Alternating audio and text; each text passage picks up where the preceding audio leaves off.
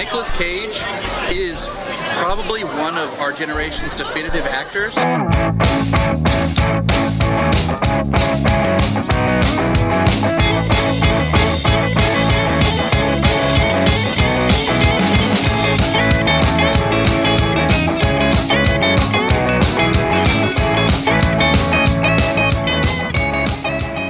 Hello and welcome to Cage Fighting, answering the big questions in film. Andy Gillard here. Hope everyone is safe and sane in the world right now. How are we doing, guys? Matt Guy here. Hope you're all doing well. Hello, Stu here, third last as always. Welcome. So this week we have spanned nearly 4 decades across 2 films.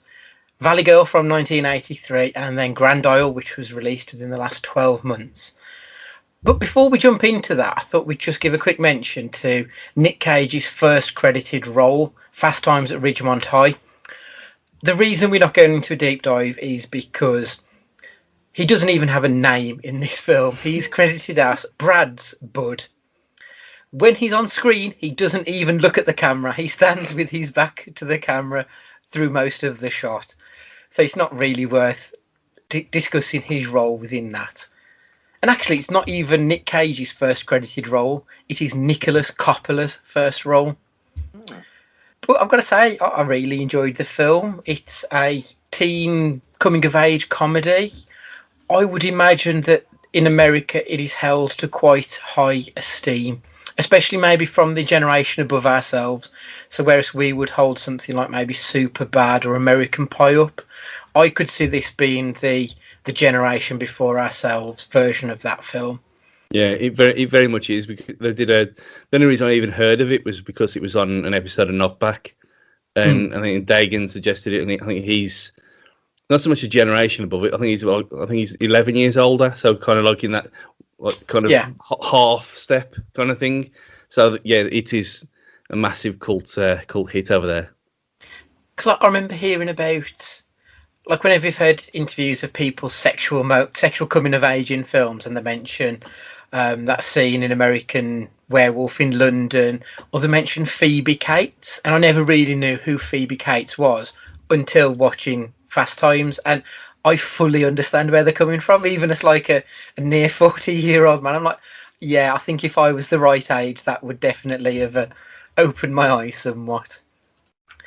But what I found very fascinating with this film, there was one girl in it, Stacey. I thought I recognise her from something. I couldn't quite place who it was, and it was Jennifer Jason Leigh. So in Nic Cage's first ever appearance, Jennifer Jason Leigh already was starring in films. And what surprised me even more, she's 2 years older than Nic Cage. Like anyone who saw Nic Cage in Grand Isle and saw Lee in the recent Twin Peaks, like, you must be shaking your head in disbelief to think that she's the elder of the two. But the only bad that I found in this, it's very much of its time. There's jokes about homos and fags and telling a 15-year-old to just do it and to have sex, and it's good to watch as an idea of what it was like at that time, but I don't think that would fly now.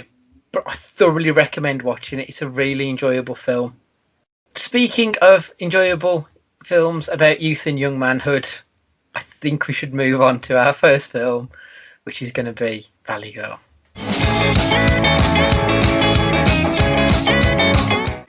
You guys think you're so different, don't you? We are. We're ourselves. Oh, and we're not? You're like her. And all the rest of her friends. You're all fucking programmed. So, released April 1983. This film is older than me. I am so happy about that. The first time you've said that ever. It is. It's the first. And there won't be any more after this, unfortunately, because I was born in the May. So, this is the only one which is applicable. The film starts with a hot pink title card. We are in for an 80s ride here, lads. It was very Miami Vice, wasn't it? To be even from the off. Yes. I thought. But they set their stall out. It was instant love at this point. As soon as the pink and blue came up, that was it. I was sucked in straight away. So we are introduced to Julie. She might be 15, she might be 36. I have no fucking way of knowing. There's just something about 80s women. They either could be children or pensioners. I don't get it. But she was there talking about boys and life and like whatever. She's going to a party. Once she's ready to go, we meet her parents. Her dad looks like an absolute kiddie fiddler. And her mom looks like she might actually be younger than her daughter. Like, again, is she 15? Is she in her 40s? We then go to the party. Honestly, is this high school or a works gathering? What the fuck is going on? The only thing I do know about this scene is the great polo shirt shortage in America in 1983. This is why that happened. Because every fucker was in a polo shirt. And they all had their collars up as well. And they were all tucked in as well. Every single one of them. Yeah. They're not even like tucked in with a kind of like a French. What's it called on the Queer Eye? That he says a French tuck. It's not even that. It's fully tucked in. Not revealing over the top of the buckle. No, tucked in like they're wearing baby grows under the jeans. Oh my god, that house party on there though. I mean, again, this might be an American thing, but I've never been to a house party where people have actually danced. No. Yeah, at a party. No, Does it? Every party I've ever been to, we've always took the piss out of my mom for doing the handbag dance, and every single person in that scene is doing the handbag dance, and it all makes sense now. Yeah, side to side, one step, every single person, and it suddenly all makes sense why everyone 60 and above does that same shuffle, because it was like ingrained into them. So everybody looks completely identikit. That is until a black gilet over a red-shirted Nicolas Cage walks in. Immediately, he's the most interesting person in the room. Like, your eyes are immediately drawn to him. He's the only one who looks different to everybody else. Every dude looks exactly the same. They're all white. They've all got that flyaway poofy hairdo, polo shirts. Every woman is in a big billowing blouse. So, yeah, I think it was quite a good way to bring Nic Cage into it and just show him as the standout of the film. He's the one that we're all going to be watching throughout this.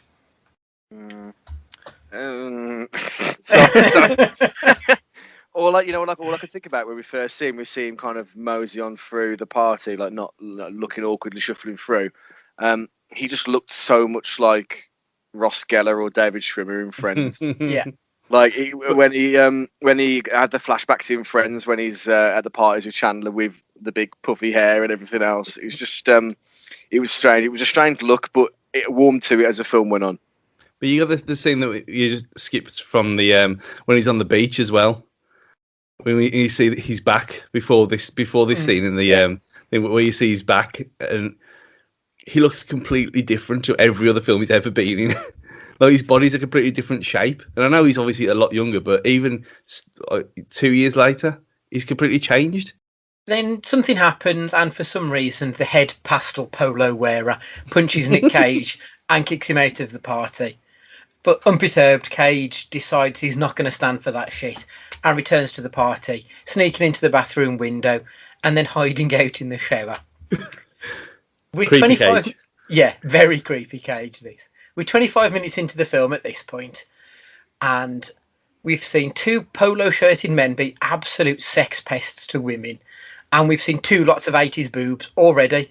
At this point, I thought, this is going to be a bit of a laugh. It might not be good, but it'll be fun if nothing else. But as I say, Cage is hiding in the shower, and whilst he's there, so many people come in groups, and we've got people going in. They only go in there to smoke or to get sexually assaulted. No one's gone in there for a quick shit. I don't know, this is a toilet. Surely someone's just going to pinch one off.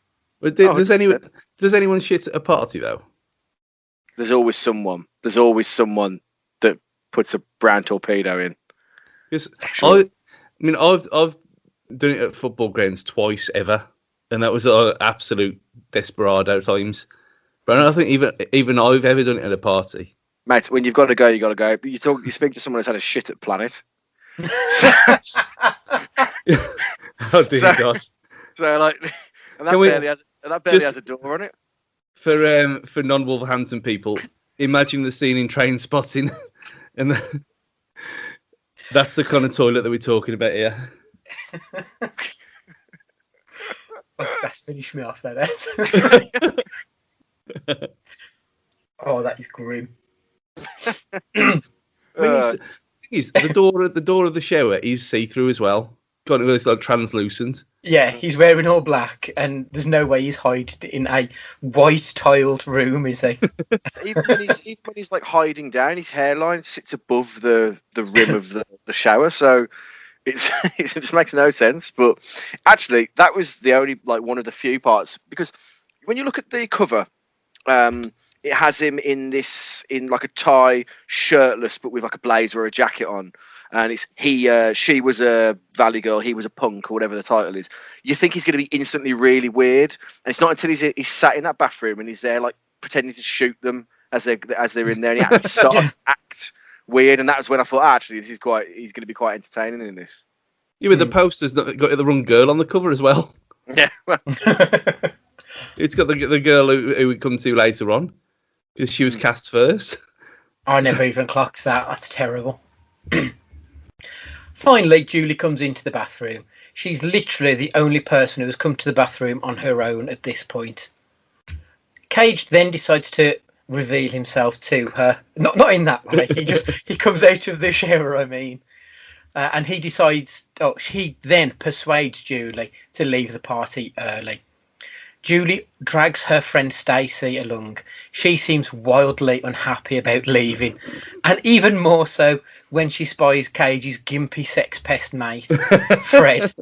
To be honest, Stacy seems like a right annoying cunt in this part, and then again, Fred might rape her, so I sort of understand. It's very much a fish out of water kind of girl, ain't she?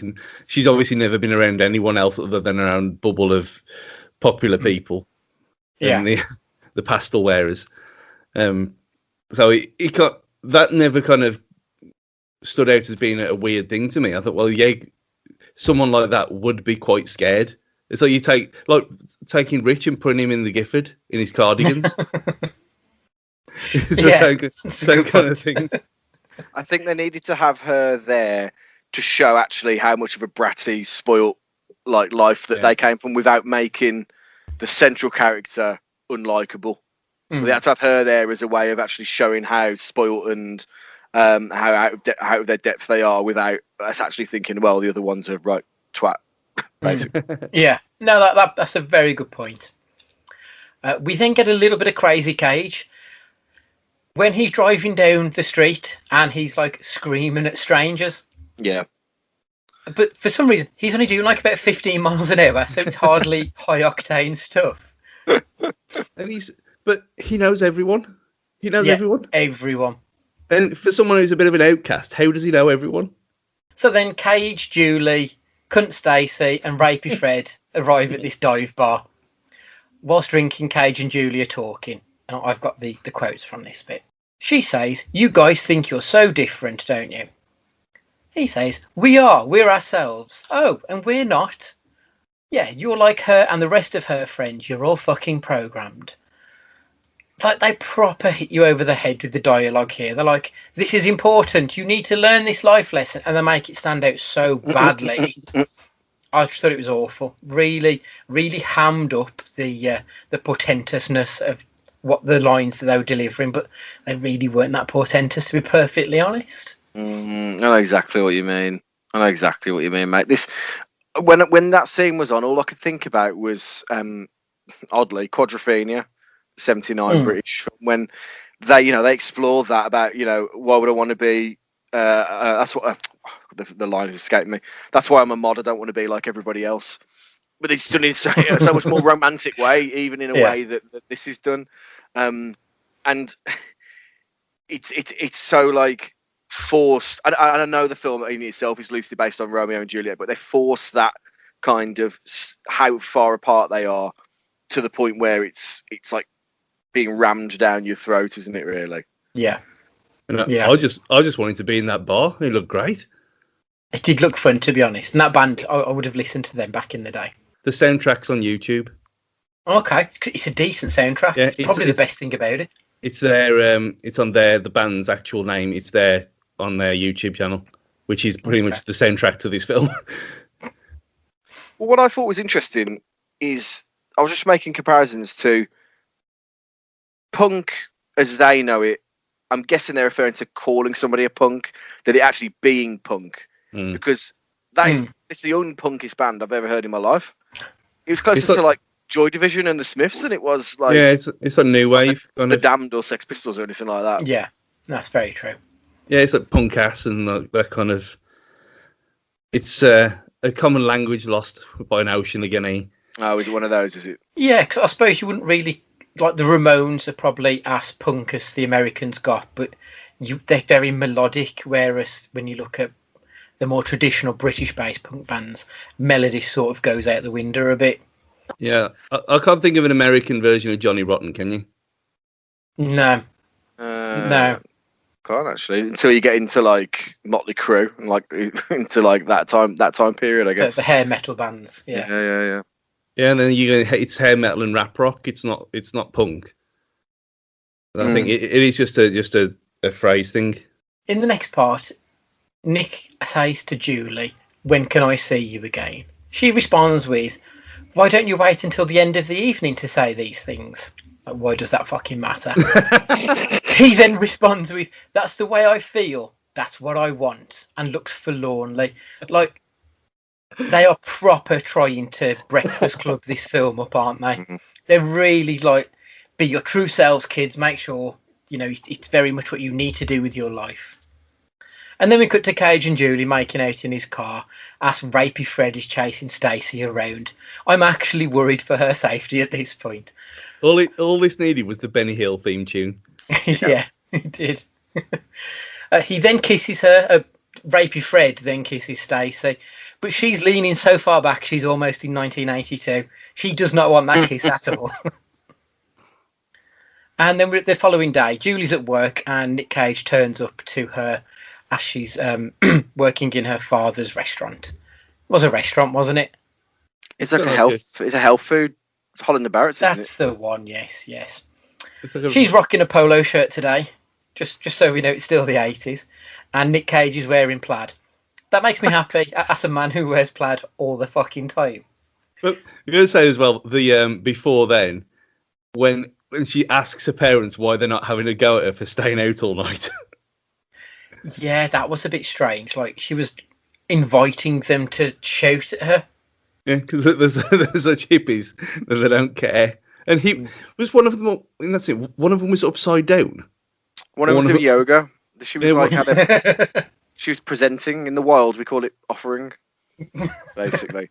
We need to point out as well. This is purely for the Twitter. I'll do it myself to highlight how much of a departure the nightclub was from the life that she's used to. It flicks around to like undesirable looking people, and then someone that looks exactly like Stu. It was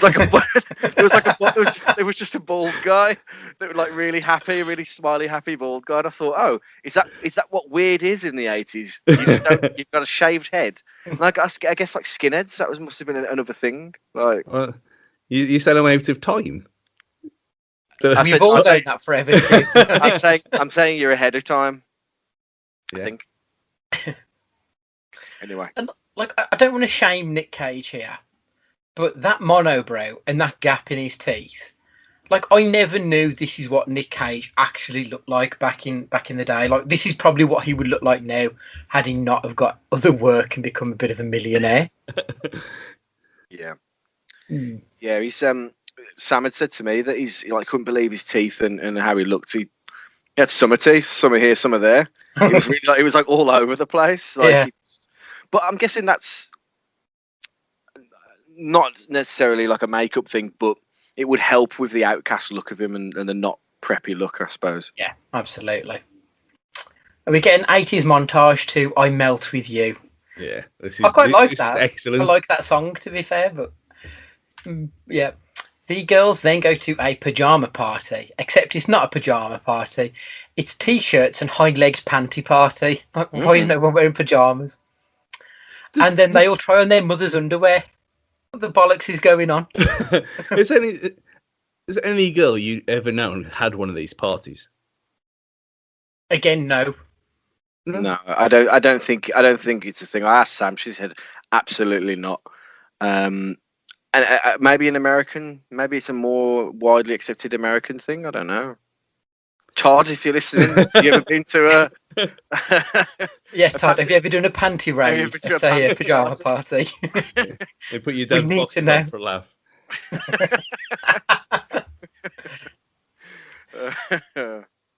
And then weirdly in the next scene, Julie gets to back together with her ex-boyfriend, King Polo Shirt from the beginning.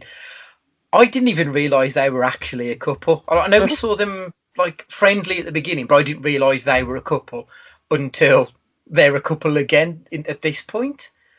And we found out that Julie's no longer seeing Cage. But when the fuck did this happen? But then it turns out that Nicolas Cage missed it too, because he turns up at Julie's, where she tells him to fuck off. And I've like no bastard idea what is going on at this point. For what is ostensibly a straightforward A to B story, the middle gets proper muddled and the storytelling's all over the shop. It's really bad. It is. Yeah. It's a bit. It's like we say many times in this, that there's too many ideas at once. And Yeah. it's quite a simple film in the first place, but then they weave all these weird things going on at the same time, and some of them never even get resolved. There's just no explanation. Like they pick up threads and drop them without any explanation, or they do this where they jump into the middle of a story when they haven't even started it. It's the whole arc of that kid Skip trying to get with that girl's mom. Yeah, that was weird. And we're like, okay, that doesn't have anything really to do with anything. Did you not make the quota of minutes you needed for the film or something like that? Like, what's the story here? I didn't really. It was like she was trying to seduce a child. Let's call it what it is. She was trying to seduce a child, and if you was that age, you absolutely would. But then it flips to him, because I thought that he'd gone to her house and that's who he was in bed with at first. Yeah, that's who's going to be in the show. Yeah. I think that was what it was aimed to be. But then it turned out to be the girl, and you think, oh, okay, why? Why have you chose her over her mom? There was no explanation to any of that storyline, and no actual payoff to it either. Again, it was like the middle of a story. We didn't have the beginning, we didn't have the end. It needed to be an extra half hour long, so we could get payoff from it. Fucking hell, it was long enough as it was. Then drunkenly Cage makes up with someone who is apparently his ex. But again, we've got absolutely no context for this. We've not met her before. We don't really know who she is. We're just having to piece it together ourselves. Yeah, she's just on the poster, that's it. And on the cover of the box. But I mean, she could have been absolutely anybody. That could have been a one-night stand and probably would have made more sense in the context of the film. Unless they shot it out of order and we're supposed to have a bit more context and it ended up on the cutting room floor. It's just badly made, to be perfectly honest. Well, they didn't even use it as a plot device, did they? Like, she finds out he's been with her when she wants to reconcile. It's pointless. Silly. It was an excuse for more 80s boob. That was it. Well, which is all 80s boob is most welcome at all points.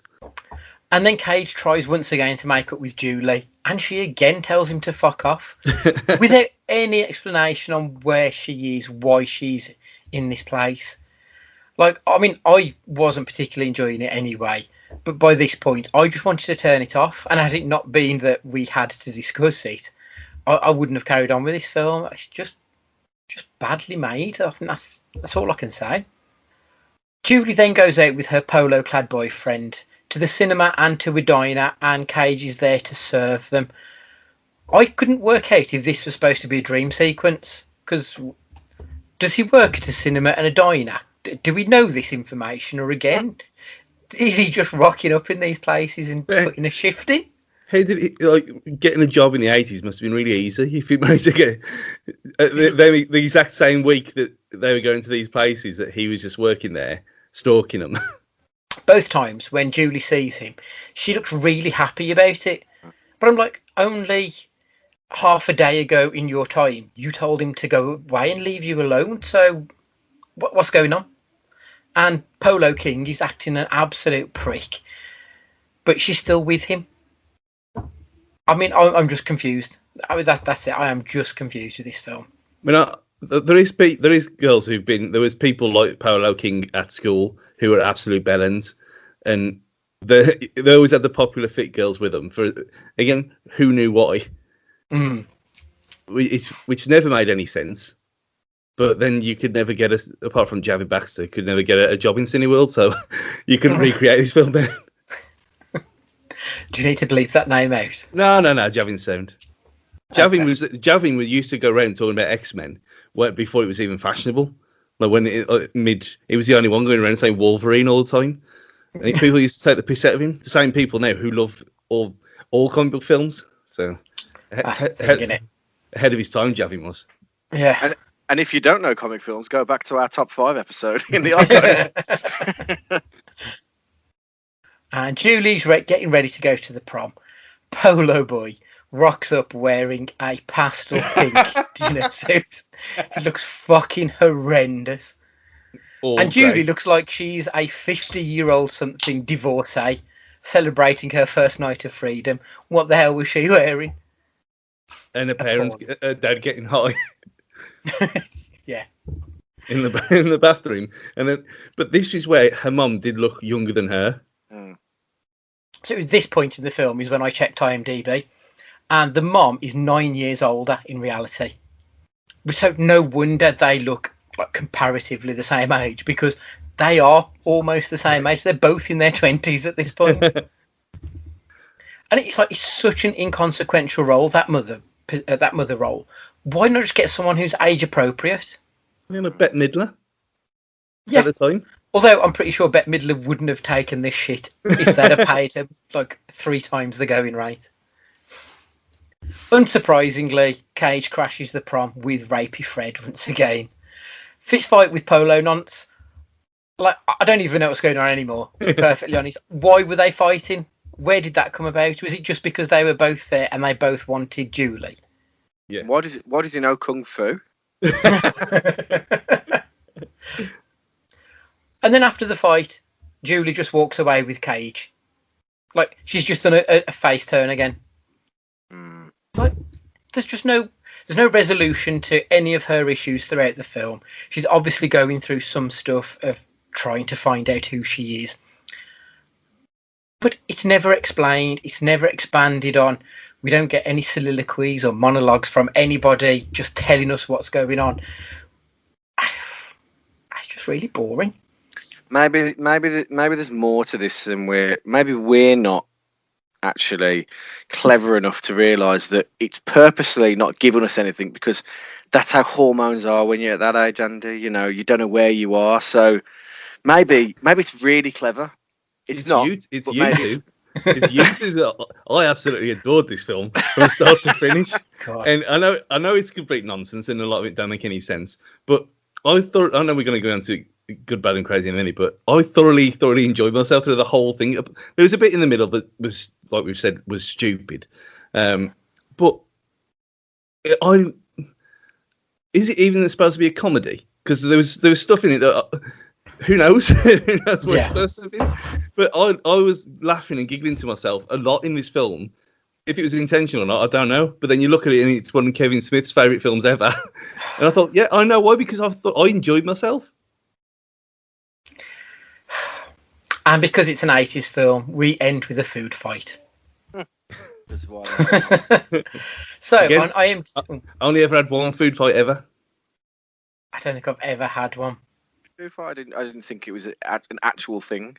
Yeah, it was. Well, it was the 2000, because it was Dean's that Dean as well. It was his birthday party of the Britain, and we had cake and everything. And we went to it turned into a food fight for absolutely no reason whatsoever.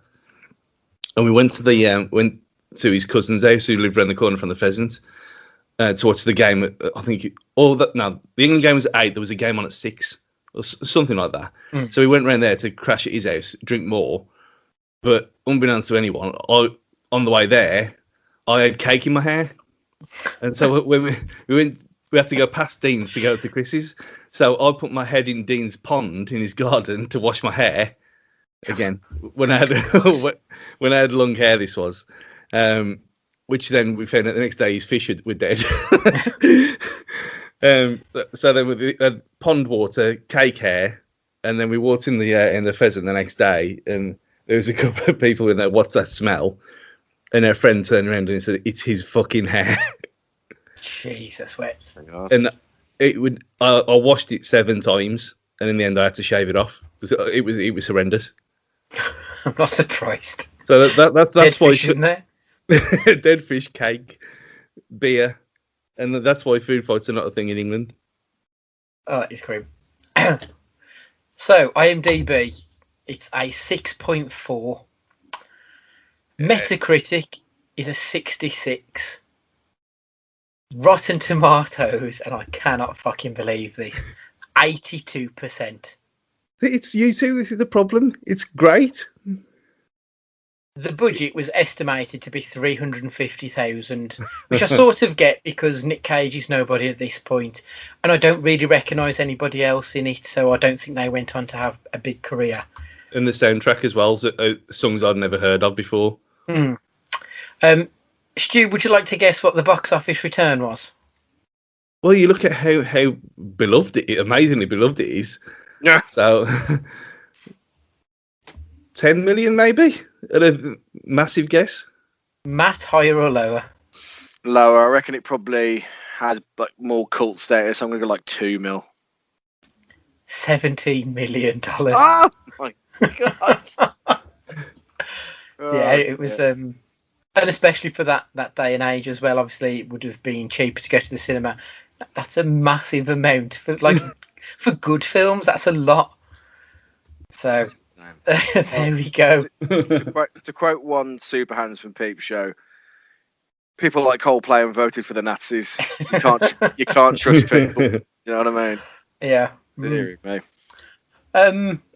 So the good, the bad, and the crazy. Matt, I'll save Stu for last because he's got a lot to say about the good. I'm gathering.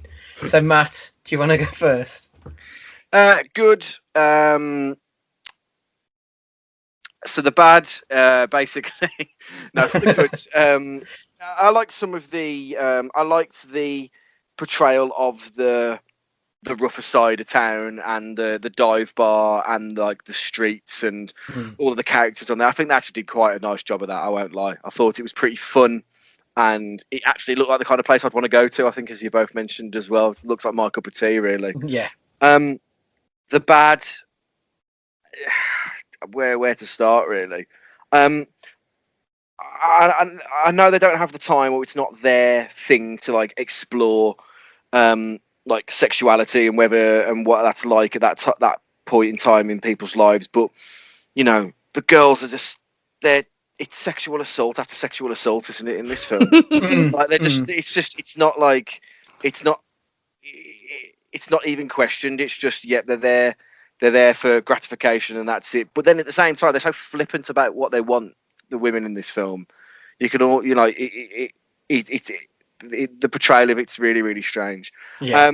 And the crazy, really, well, the very early glimpses of Crazy Cage comes through, and I quite like that. You know, we can see those little cameos of the things that we enjoy about Cage's performances come through, even if it's only in small drips and drabs. But it's there to be explored later on in his career. Yeah. For me, the good. Okay, the chemistry between Cage and Deborah Foreman, who played Stacey. No, Julie, even.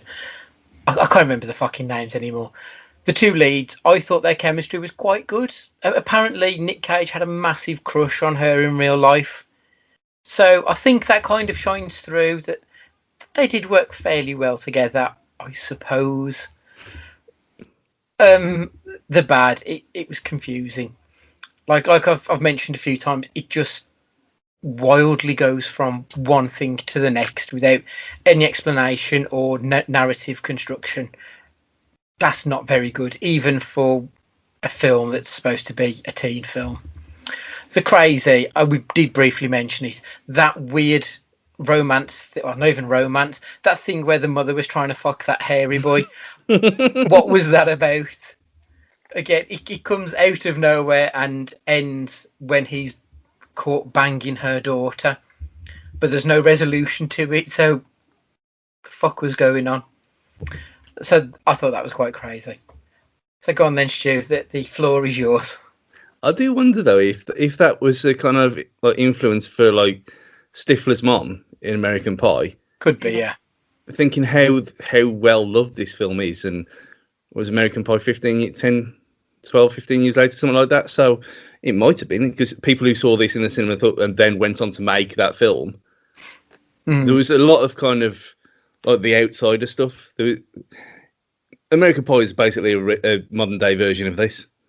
Just to see that look on your face. Now, the good, everyone loves the 80s anyway, but there was times in the pastel polo party where I thought if this was made now as an 80s kind of like a set in the 80s thing like Stranger Things, people would say this is bollocks. No one actually dressed like this.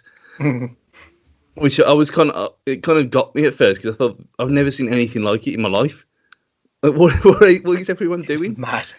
And it wasn't until they went to the Great Bar in the first place, the first time they went there, and I thought I like this film.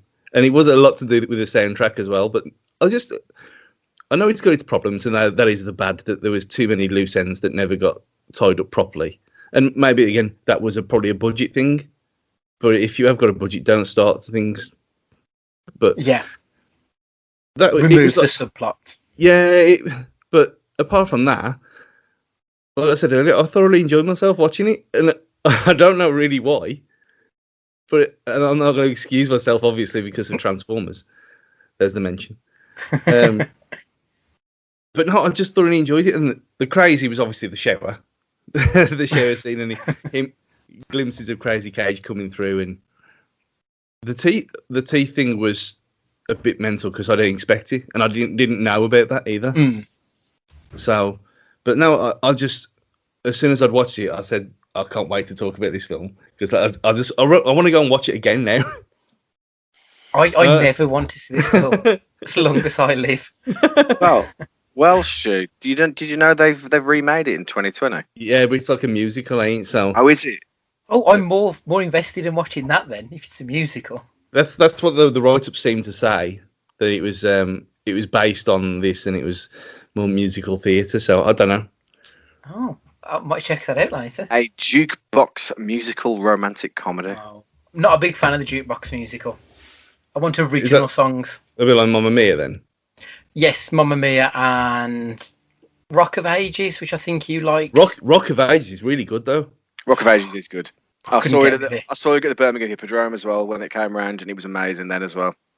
I don't like jukebox musical though, so that'd be why it wasn't for me. So Matt, I don't know the answer, but did you enjoy this film? No, and I didn't enjoy it in it's shit, so let's have a good time with it way either. It's no City of Angels, is it? It's no City of Angels. When I'm cast to hell for all of my eternal sins, they'll have this and next on repeat. Yeah. For me, it wasn't funny enough to be Weird Science, and it wasn't portentous enough to be The Breakfast Club. It was just a meh. It just sort of existed. And realistically, I don't know who this film was made for. So in the States, it got an R rating, which I think is you have to be over 17. If you're an 18-year-old, I don't think this film has got the same resonance as if you were maybe 14, 15. So I don't really know who the film was made for. But again, you're looking at things from our point of view now. You're going to look at people who are 18-year-olds then, which seems a very, very different world altogether. And what would this be now? A 12? Probably. Looking at how things have gone now, this will be a 12A. So I don't know what that is over in our stateside friends. PG-13, I think, is the equivalent for a 12A. Yeah, so it's dumbed down now. And if it was a comedy, then I don't think it would have hit because it doesn't seem to be made as a comedy on the whole. And it's a coming of age drama, but we're not American and we're not 18, 19 in 1983. So, But then, as I'd mentioned before about Fast Times, that I think still has a decent message. Yeah, it would probably need slight reworking if it was to be made today, but I think that still holds up. Whereas this hasn't got the legs. I So think it's also a no for me on the enjoying the film. I think you should watch St. Elmo's Fire. It's I've seen it many years ago.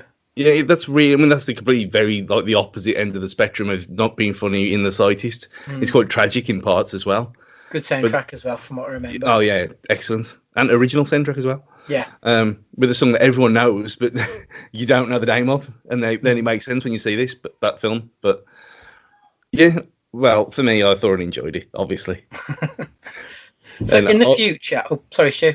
I say, no, I will watch this again sooner and later as well. So down the line, we're going to do our top 5 and bottom 5 Cage performances when we've got a few more films under our belt.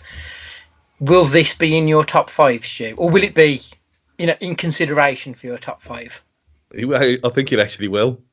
Because I know City of Angels, then the Love Cage week was, both of them were sweet films, and I probably will. I might watch them again eventually, but I know that I'm going to watch this again. So it's going to get in there by default of just being watchable. And for me, not for you two, but for me, that's what it is. And it ain't getting any higher than 5. No way. Yeah, it might be in there. It might sneak in there. Matt, is this in contention for bottom 5? Do you think? Oh. I mean, for me, definitely is. 100%, mate. If you ask me, 100%.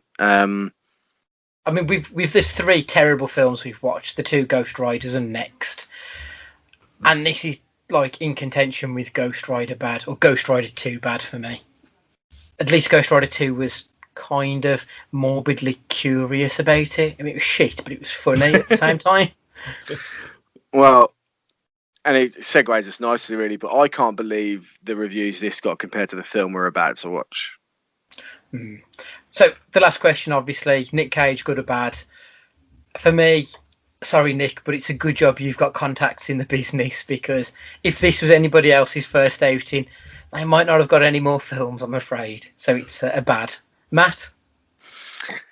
Nothing offensively bad from Nicolas Cage's side. However, it's nothing that it's not a saving grace for the film either. So for that reason, it's a bad, unfortunately. Stu? Thing is, he wasn't great, but there was a lot of terrible performances in this film as well, and I think maybe that's why he stood out more than anyone else. So by default, yes. Yeah. Okay. Right. So, Grand Isle's next.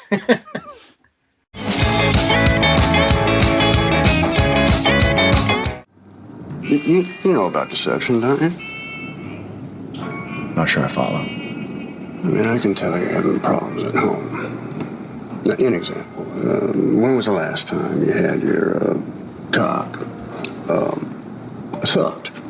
Excuse me? That long, huh? Gads. You know what else I can tell? What's that? I can tell you want to fuck my wife. What I miss? So, when we get to Grand Isle, the first thing I noticed was literally in the opening credits. Right, I will list you the opening credits. VMI Worldwide, Ivor William Pictures, ORWO Studios, Saturn Films, in association with Bond Media Capital, in association with Jeff Rice Films. There were 6 studios and production companies involved in this film. Like, that is a fucking red flag. Immediately thinking, this is going to be bollocks. Remember it was.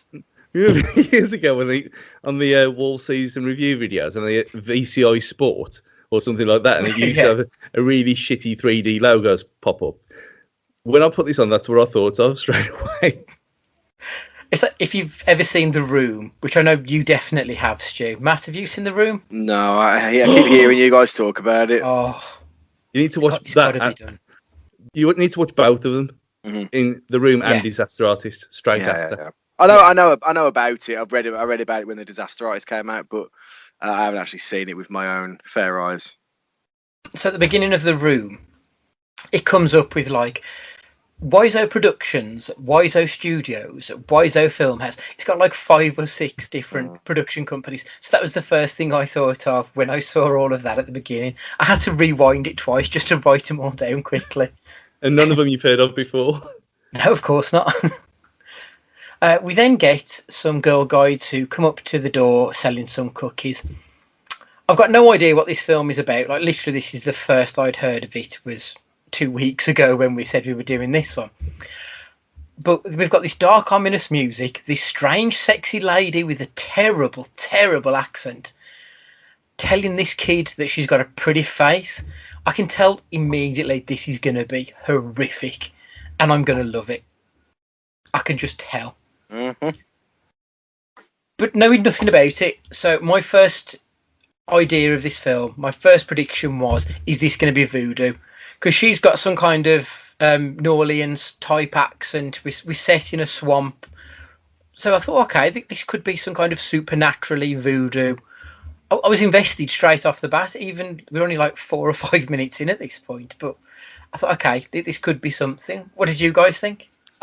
Yeah, I was exactly the same. I was because I'd purposely not done any research into this whatsoever because I wanted to hear about it fresh.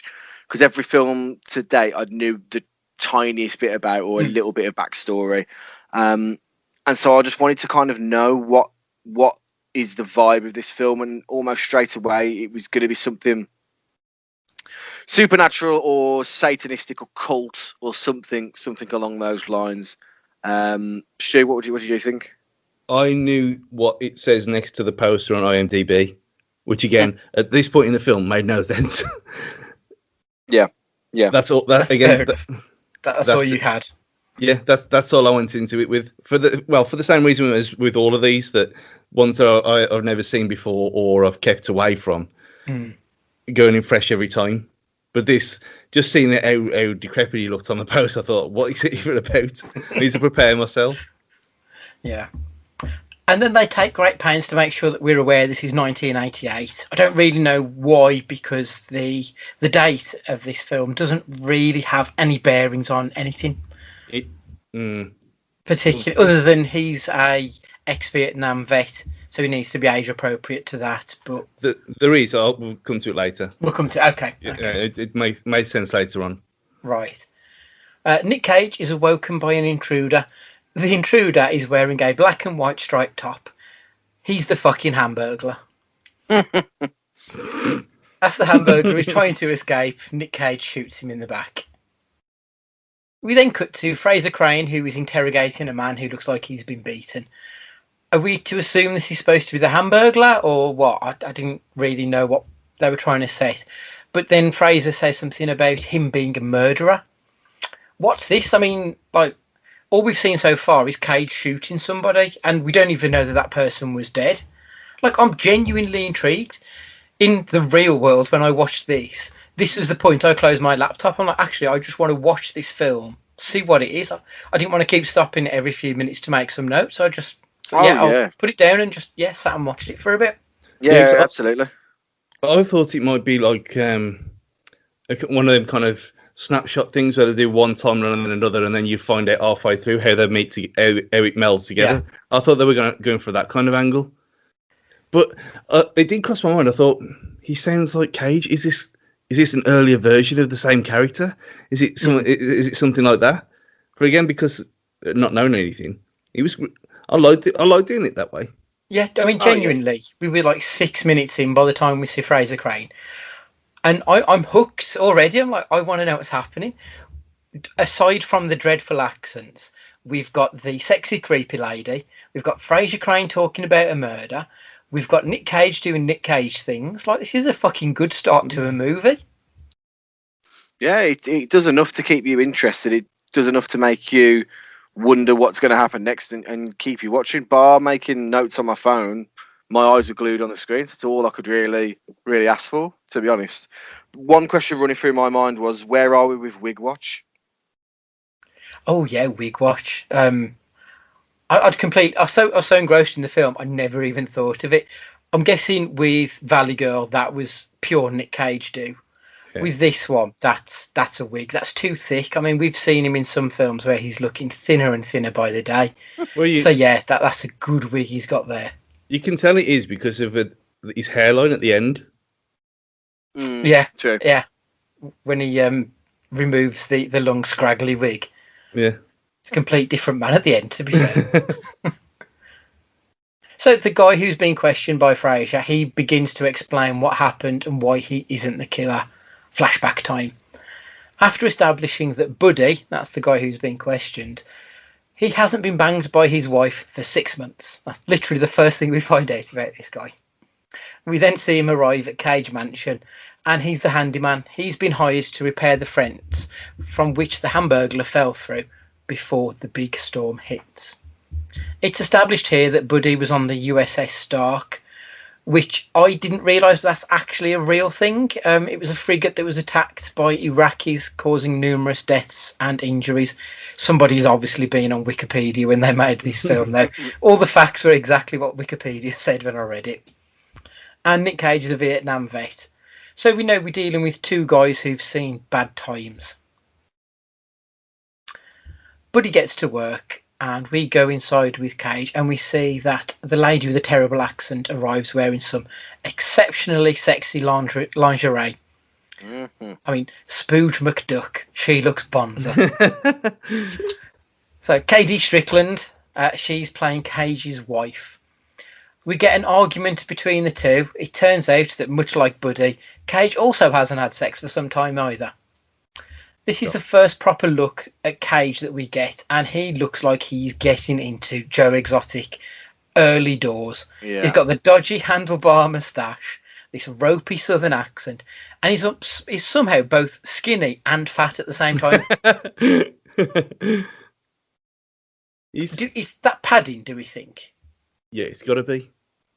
Because he does look a bit trimmer at the end when we see him again, when he makes his comeback, doesn't he? Yeah. Unless it was just in wearing a flannel, because that's what that kind of silly material does to you. But all I could think of was Frank Gallagher at Shameless. Yeah. Yeah, it is very much that kind of character, isn't it? Booked out the comedy. Sitting there drinking all day long. Well, have you seen the American version of Shameless? No, William H. Macy, isn't it? Yeah, it's much more serious. And it's almost like a dark comedy compared to what the Channel 4 one was over here. And it's a very similar character to William H. Macy's Frank Gallagher. Okay. It's watchable. It's not good, but it's nothing like the original one. Yeah. I've got down on my notes that he's actually quite likeable, even though he's miserable as fuck, Cage, at the start of this film. Yeah, I mean, he's very charismatic, isn't he? Yeah. Yeah. Absolutely. So following this argument between Cage and his wife goes outside to flirt with Buddy. She introduces herself. Her name is Fancy. And I've just got written down here, fucking lol. Like, she could have called herself Southern Belle for how cliched that name was. It's terrible. And to show that Nic Cage is an alpha male jarhead, he starts shooting bottles with a sniper rifle in front of Buddy. Okay then, mate. You do you. On top of a fence that he's just about fixing in the rain. Yeah. It's a weird scene. Like, he's already established that he's a tough guy and he's the alpha dog. So why does he then need to get his gun out? Like, we know who he is, and so does Buddy. He's already, dominated him and shown him who's the boss. Bit of a strange one, that. And called him Tadpole. Oh, yeah, I forgot about that. Did any of you guys at this point, because you wouldn't believe because I was trying to work the plot out as it was going on, I've wrote some notes as like little, what I thought was happening at that time. At this point, they are ghosts is what I thought was going on. I thought that at one point, yeah. And because you said Southern Belle, are they an echo of time from the past? And that's what I thought at this point in time. So I'm guessing you did too, Andy, maybe? Mm-hmm. Yeah, I think I come to it in a little bit. Because there's one bit where they're talking a bit. Oh, yeah, it's when Buddy asks them, how long have you been married or something? And that they say however many years, but we've known each other much longer. Lifetimes, multiple lifetimes. Yes. I thought, so these been around forever? And we've got this subplot of missing teenagers. And we've got like this sort of voodoo-y theme to it. I thought, oh, maybe they're harvesting souls and, you know, they're really hundreds of years old, but they still look maybe in their 60s for Nic Cage. I don't even know at this point. So, yeah, weird. I was saying, well, we can't say the name because it'll completely ruin the film, but a certain film that we watched last year, which I had no clue about this kind of thing, about signposting of people being dead in films. And oh, yeah. Yeah. Oh, you can mention that. No one's saying that shit. Exactly. We'll mention it at the time, though, so we can't say. It will, even though they spoil it for themselves in their own trailer. It's quite obvious. Yeah, the dead goes straight out. The dead go through me. Let's just say that. Yeah. So where are we? Oh yeah. So Buddy fails to finish the fence before the storm hits. He tries to get back to his wife, but unfortunately, his truck won't start.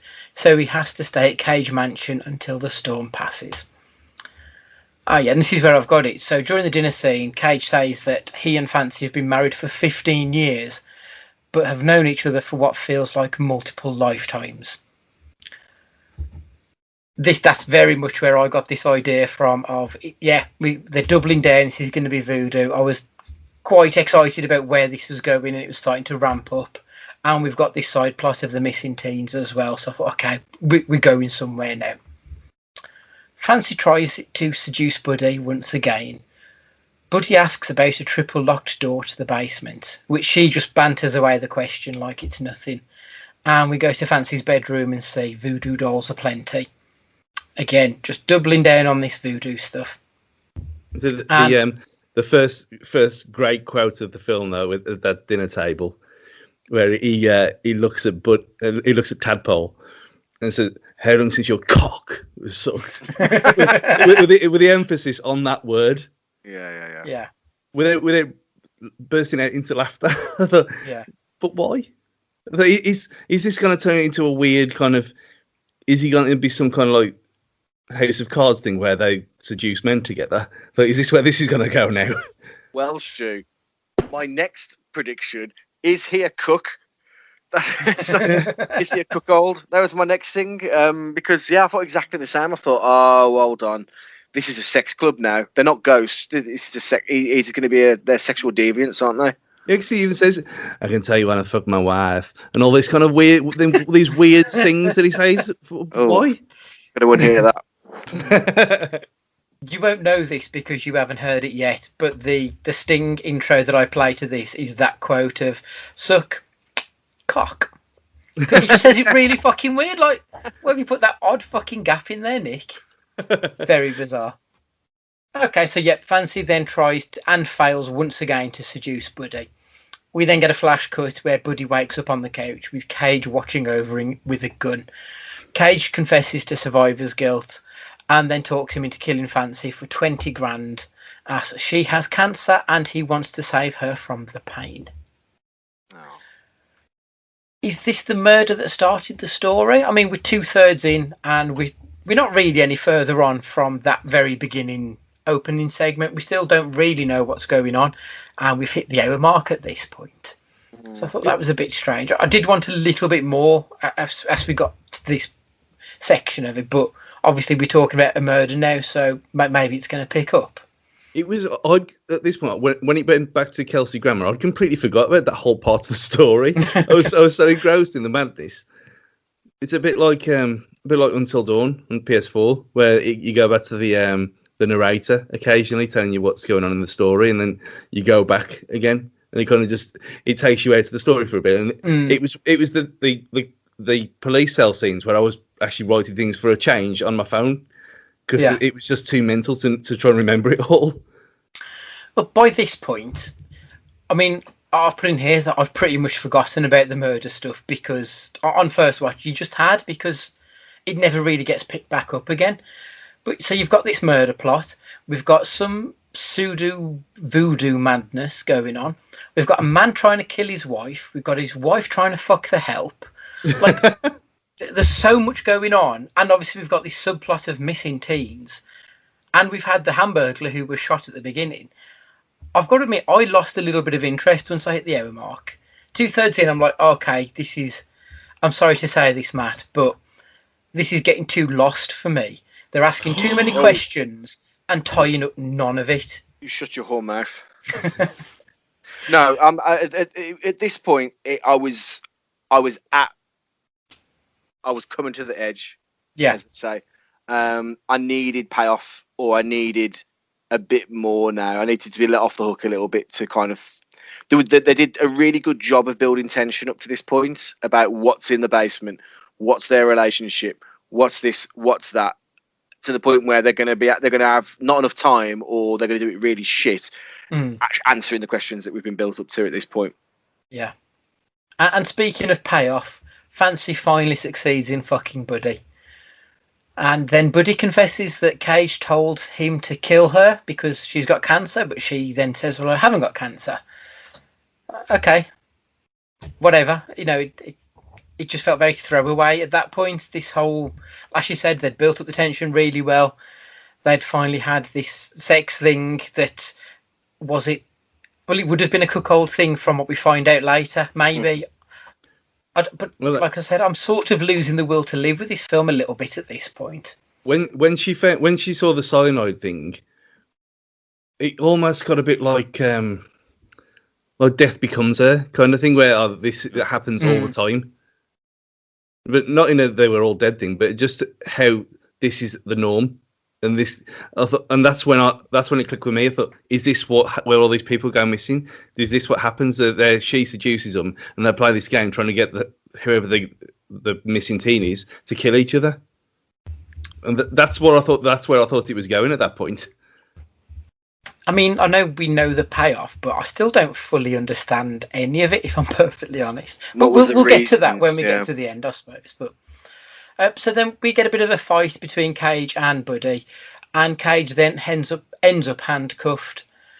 Fancy then tries to leave with Buddy until Cage tells Buddy to check what is in the basement to see what a crazy evil bitch Fancy is.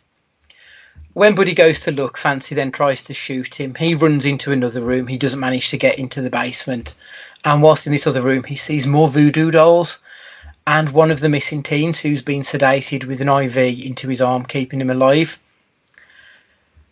So it turns out that all along Fancy and Cage have been in this together. But to what end? I don't really understand. Was the plan always to try and set Buddy up as the killer? Was he going to be another victim like this other missing teen that we've just found? It never gets explained, and I don't really. I've got a theory, but it's going to ruin the very end, so I'll say it then. Save it to the end. Okay.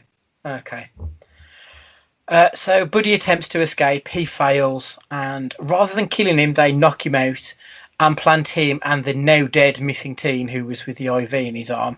They plant them in trucks, in Buddy's truck, staging a crash, which leads us then to the interrogation room with Dr. Fraser Crane. So we've now gone full circle. There's still 20 minutes to go, though. So, like, what the fuck? One police officer watching the interrogation thinks that Buddy might not be lying and finds a picture of a missing teen, not the one who's been killed, but finds this picture of a girl who is wearing a dress that matches the description of a piece of cloth that Buddy mentioned. Like, it's a bit of a logic leap. And the first thing they did is they ran in, showed him this picture. Is that the cloth that you were talking about? Like, I'm pretty sure the police wouldn't do that. Because they've just given him the answer there, haven't they? The police then decide that they do believe Buddy after all of this absolute nonsense story and go to Cage Mansion with a warrant. Whilst there, they get into the basement and they discover one of the missing teens. That would be the girl who is wearing the dress of which Buddy saw the cloth. Rather than face the music, Cage decides to run. He tells Fancy, this is all because you wanted to expand our family. Like, what the fuck has that got to do with anything? These aren't their children. They don't even see them as their kids. One of them's locked in a cell and the other one's trapped in a room with an IV in the arm. How is that expanding the family? And then Cage comes back at the end and gets shot down in a blaze of glory. The end. Like, I don't really know what happened in the last half an hour, but I think Stu's going to tell us. The again, I thought that about the expanded family thing, but I know you skipped over 20 minutes because it could have ended at 4 separate sections. There's 4 separate endings, and it was like one after. It was like playing a deleted scene. Straight after, well, this is the ending. Oh no, it's going to be. This is the ending, and then this is. But I think what was happening. I think it was clear that he couldn't get it up. So, and there was jabs at him and stuff, and then it's been all that long. And you had that thing where she was earlier on in the film where she was asking him to prove himself to be a man and stuff like that, and he couldn't do it. I think this is what he was. He couldn't get it up. There was keeping the hold of these young men, and I know that I've only say it over voiceover, thank God, about all the emaciated children down there. That they were making babies. They were making like a kind of because she says that she can't have babies medically. Yeah, because I remember laughing at that line, like, if not medically, how else could you not have babies? Like, theoretically, I didn't get that. I think that's what I think that's what they were doing. I think they were getting blokes, harvesting them, like a bit of prostate. I don't know if that works under IV. Dean, you don't need to do the action, Stu. And then they were inseminating these kidnapped women, having babies, and just like, I don't know, you presume killing them off and making more. Again, that makes perfect sense. Yeah, that's what I got from it. And then I thought, where the fuck has that come from? When you look at the IMDb and it said it's a bit of murder. Yeah, I mean, that actually what you've said there makes perfect sense. I mean, whether or not you've attributed more sense to the film than the director has, I don't know. But yeah, that's completely fair. But without that voiceover and then that kind of pan of the dirty basement, you wouldn't have got that from that. No. Unless it was not at all. Unless it was tested on like 4 people, and they said, "Well, what happened?" And then they've put that over the end, and it suddenly makes sense. I don't know.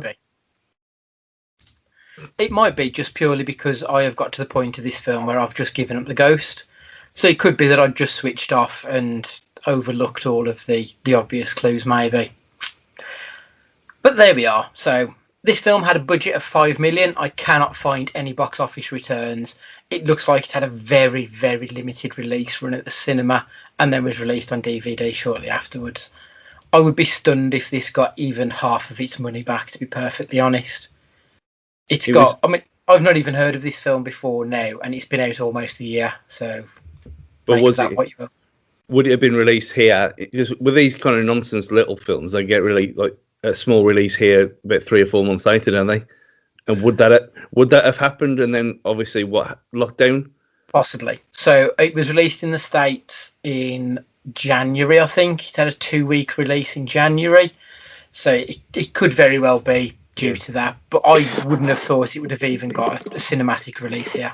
The thing is, with the right trailer, I'd have gone and seen that at the cinema. If they'd have put it as a, like you said, a satanistic cult, voodoo, that would right up my street. I definitely would have seen it. So it's a shame. Yeah, it would have been a perfectly serviceable, schlocky B movie with a few, tweaks here and there. It wouldn't have been a bad film. But IMDb 4.6, which is a little bit higher than I expected. The Metacritic is a 29, which is a bit more like it. Rotten Tomatoes, 0%. Has not got a single positive review on Rotten Tomatoes, which apparently is only the second Nic Cage film to have a 0. I don't know what the other... I think the other one might be Deadfall. We can't ruin it for ourselves. Which is a terrible, terrible film, if it is Deadfall, if I remember correctly. So, the good, the bad, and the crazy. I'll start. I thought it was a good start to the film, an interesting middle. So, the first 2/3 I thought was shaping up to be a nice little genre flick. The bad, though, is that final third. It made no sense. It was very middle of the road. it was just a couple of kidnappers kidnapping young adults. I don't know. It just felt like they set up a really interesting proposition and then shit the bed when it came to the payoff. It was really disappointing. And the crazy ties into the bad. So we had a few nods to this possible supernatural explanation that really was what I wanted at that point once they'd got into it. And then it was never explored further. I mean, why keep showing those voodoo dolls when it had nothing to do with it?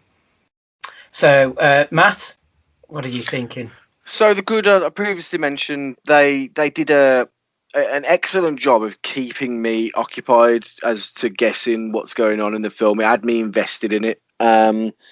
But ties into the bad pretty much as soon as it became the couple of them trying to get Buddy.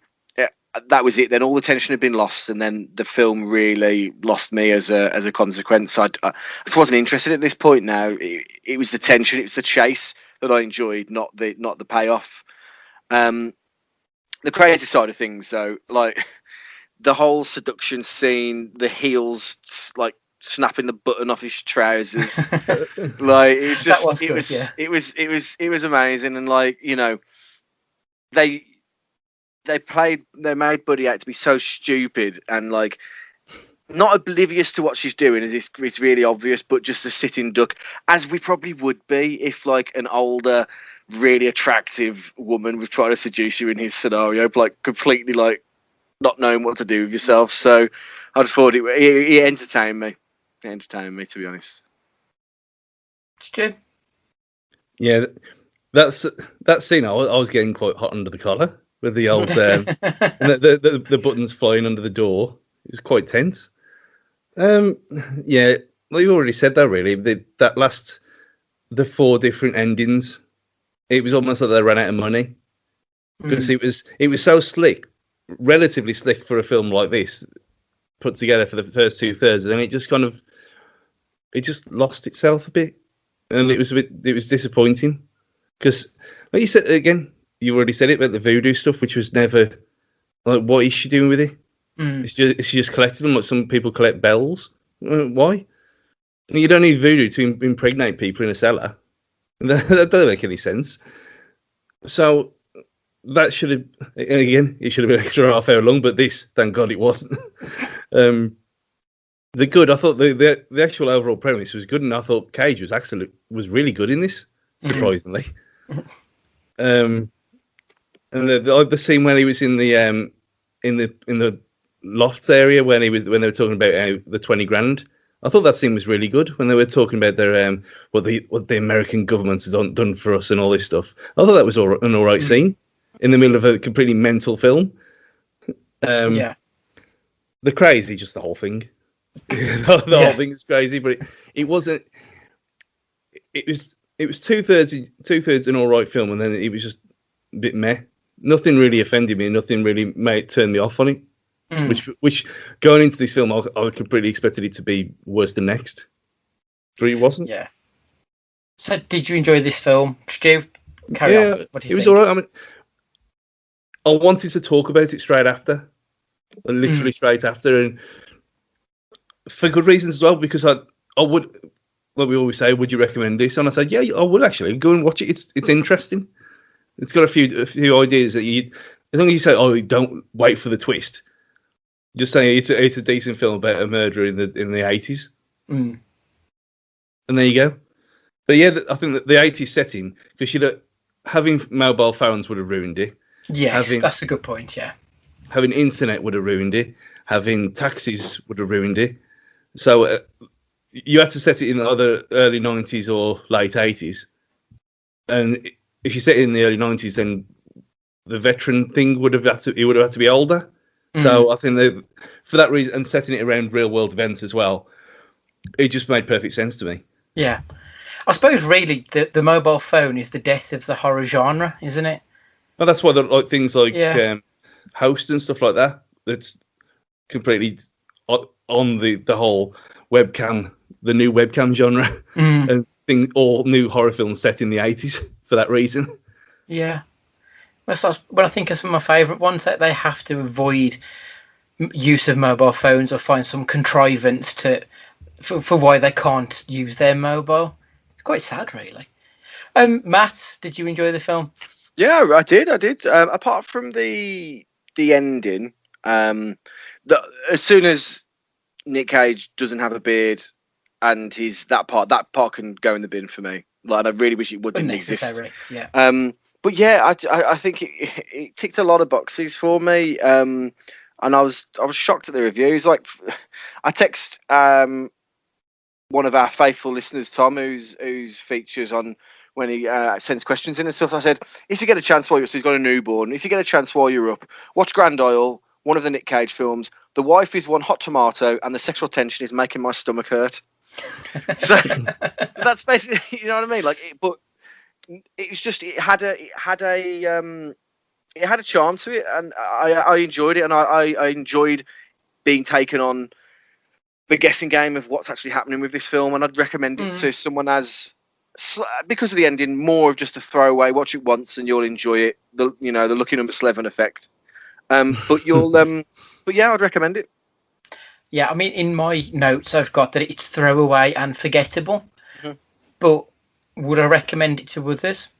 Yeah, I'd say watch it when you get bored. Turn it off. Like, you don't need to sit there and play through the whole thing. The payoff's not amazing, but it's an interesting enough film, and it's just the right kind of mad bollocks to keep you going throughout, I think. So, yeah, I've definitely seen worse. I mean, I've seen worse this week with the last film we spoke about. So, also breaking news. I'm 99. Another text message from the same listener. I'm 99% sure I've shit in every nightclub I've ever been in. How is that possible? That is mad. What's he drinking to make this happen to him? Espresso martinis, perhaps. Oh. Or maybe he's just having an enema. Who knows? So is Nic Cage good or bad here? I'll kick this off. I'm very torn on this. The performance is very one note, but he's easily the best thing in the film. Like, Buddy isn't that interesting an actor, but I do feel there is a darkness to Nic Cage that is very watchable and quite interesting, but there's not enough variation. On the balance of scales, I'm edging towards good. So that's me. Stu, what do you think? I thought he was by far the best thing about this film. She does a very, very incredibly good job of being the femme fatale. But he, like I said, that scene in the loft, and there was certain things he played the veteran drunk very well. You can see that he could flip at any time. He played that well. You don't need to show a caring side because he probably hasn't got one anymore. Having a lunatic voodoo wife, I mean, why would you? Yeah. So yeah, I'll say yeah, and not like 70% yes in this one. Matt, what are you thinking? Yeah, I disagree with you slightly, Andy, in that I think he shows a bit more depth than I think you're giving him credit for. We get the veteran side of things, the proud, well, not proud American, the un-American at this point, I guess. He has a humorous, very dry or sarcastic humor about his character as well. Then the psychotic Cage side of him as well, and then the him trying to implore Buddy to kill his wife for all the right reasons. I actually think he gives a bit of range in this. So yeah, I'd put him down as a good actor. I don't know if I'm being blinkered because I actually want to defend the film that has been pretty universally panned, but yeah, I think he was good in this film. Yeah. Excellent. So that's us done for another week. Remember to sign up to the Twitter. We're at CageFightingPod. Email us to cagefightingpod@gmail.com. Our next episode is obviously going to be a question cast, so make sure you get your questions in. And please, if you can just take a minute to leave a review. Look, we don't ask you for any money. Literally just 30 seconds of your time for the hours of work we put in would be greatly appreciated. So for this week, Matt, would you like to say goodbye? Take it easy, guys. Stay safe. Stu, would you like to say goodbye? You kicked my ass. You're a worthy warrior. And from me, It's good. And remember, if you really want to watch a decent 80s teen film, there are loads Valley of Girl. great ones. And Valley Girl is not one of them. See you next time for the question cast.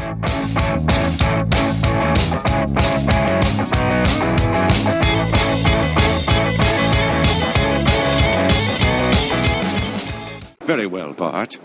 I shall send you to heaven before I send you to hell. And a 2, and a 3, and we sail the ocean blue, and our saucy ships of beauty. We are sober men and...